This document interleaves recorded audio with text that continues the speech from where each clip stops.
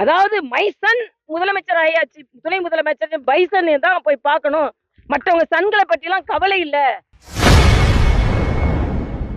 Bison படம் பார்த்த முதல்வர் ஸ்டாலினை இன்று செய்தியாளர் சந்திப்பில் பாஜக மூத்த தலைவர் தமிழிசை சவுந்தரராஜன் கடுமையாக விமர்சனம் செய்துள்ளார். மாரியினால் மக்கள் துன்பப்பட்டு கொண்டிருக்கும் போது மாரி செல்வராஜ் படத்தை பார்த்து கை குலுக்கி கொண்டிருக்கிறார் முதலமைச்சர் அவர்கள். அதாவது மைசன் முதலமைச்சர் ஆயாச்சு, துணை முதலமைச்சர் பைசன் தான் போய் பார்க்கணும்.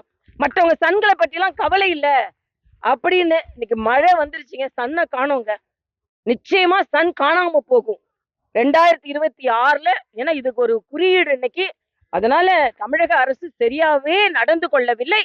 எல்லாத்துக்கும் மேல எனக்கு இன்னைக்கு எல்லாத்தோட என்ன, ராகுல் காந்தி இவர பிரதர் அப்பான்னு சொல்லி பார்த்தாங்க எல்லாருக்கும். அது மக்கள் ஏத்துக்கொள்ளல.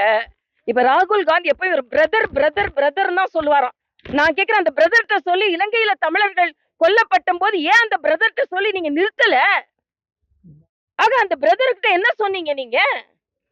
அதனால நீங்க உங்களை மிஸ்ஸால போட்டாங்களே, அப்ப உங்க பிரதரோட அம்மாட்டையும் அப்பாட்டையும் சொல்ல வேண்டியது தானே. அதனால இதோ முதலமைச்சர் வழி தெரியாமல் ஒரு மாதிரி குழப்பத்தில் இருக்கிறார் என்பதைத்தான் நான் சொல்ல வேண்டும். இன்னைக்கு அவரோட பேச்சு வன்மையாக கண்டிக்கத்தக்கது. அதனால மக்களுக்கான வசதியை முதலில் செய்து தாருங்கள் என்பதை நான் தெரிவித்துக் கொள்கிறேன். செய்திகளை உள்ளது உள்ளபடி தெரிந்து கொள்ள ரெஃப்ளெக்ட் நியூஸை சப்ஸ்கிரைப் பண்ணுங்க.